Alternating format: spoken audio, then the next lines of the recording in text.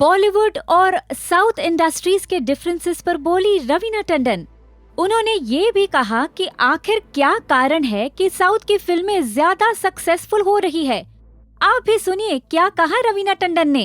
I think मैंने south industry में बहुत इन्जॉय किया एंड उस समय जब बोलते थे कि हाँ हमारी इंडस्ट्री, मुंबई की इंडस्ट्री डिसिप्लिन नहीं है और साउथ की इंडस्ट्री बहुत डिसिप्लिन्ड है, एक्चुअली उस समय थोड़ा बहुत ट्रू था। एंड मुझे और बहुत क्या मज़ा आता था कि साउथ की इंडस्ट्री में उन लोग अपने रूट्स से, अपने कल्चर से इतने स्ट्रांगली जुड़े हुए थे कि उनकी पिक्चरें सुपर डुपर हिट होती थी। और वही हम मुंबई आके करते थे तो बहुत ही वेस्टर्नाइज्ड काइंड ऑफ कल्चर और उस तरीके की डीवीडी कॉपी वाली पिक्चरें बनने लगी थी मुंबई में, जो नहीं अच्छा बिजनेस करती थी। तो it was very very necessary कि हम अपने मासेस से, जो मासेस चाहती हैं, उससे कनेक्टेड रहें, जो मैंने साउथ इंडस्ट्री से सीखा।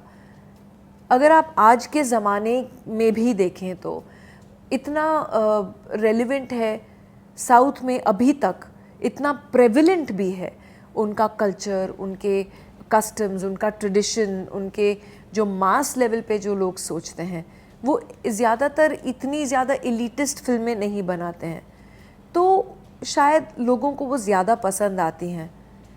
और I think that's what works. So it has always been a great journey. मुझे बहुत मज़ा आता है एंड स्पेशली जब मैं साउथ जाती थी। एक पर्सनल चीज़ बताऊँ, बॉम्बे आती थी तो, मुंबई आती थी तो सारे बोलते थे अरे वेट पुट ऑन किए, वेट पुट ऑन किया है। और मैं वहाँ जाती थी, साउथ में जाती थी तो बोलते थे अरे आप इतनी पतली क्यों हो गई है, खाओ खाओ।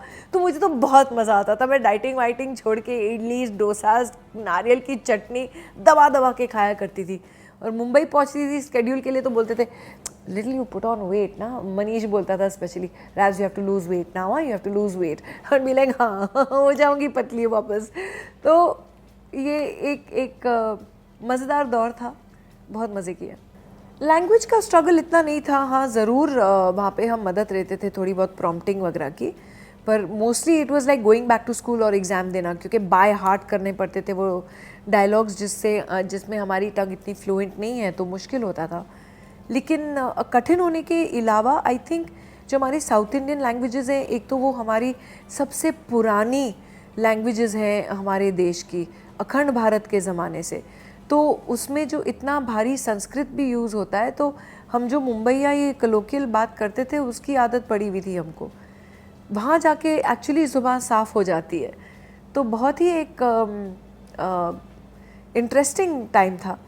एंड मैंने, जैसे कि मैंने कहा, मैंने तो बहुत इन्जॉय किया। चाहे वो मेरी फिल्में मैंने कमल जी के साथ की, मैंने चिरंजीवी जी के साथ की, नागार्जुन के साथ की है, वेंकटेश के साथ की है, बाला के साथ की हैं। तो it's been just wonderful. I think Tamil and Telugu are easy. मैं थोड़ा बहुत बात भी कर लेती हूँ उसमें, अभी भी जाती हूँ तो जो बोल रहे होते हैं मुझे समझ में आ जाती है। आपको क्या लगता है, क्या सच कहा है रवीना ने? हमें कमेंट सेक्शन में जरूर बताएं और ऐसी ही ताज़ा तरीन चटपटी खबरों के लिए देखते रहिए बॉलीवुड नाउ।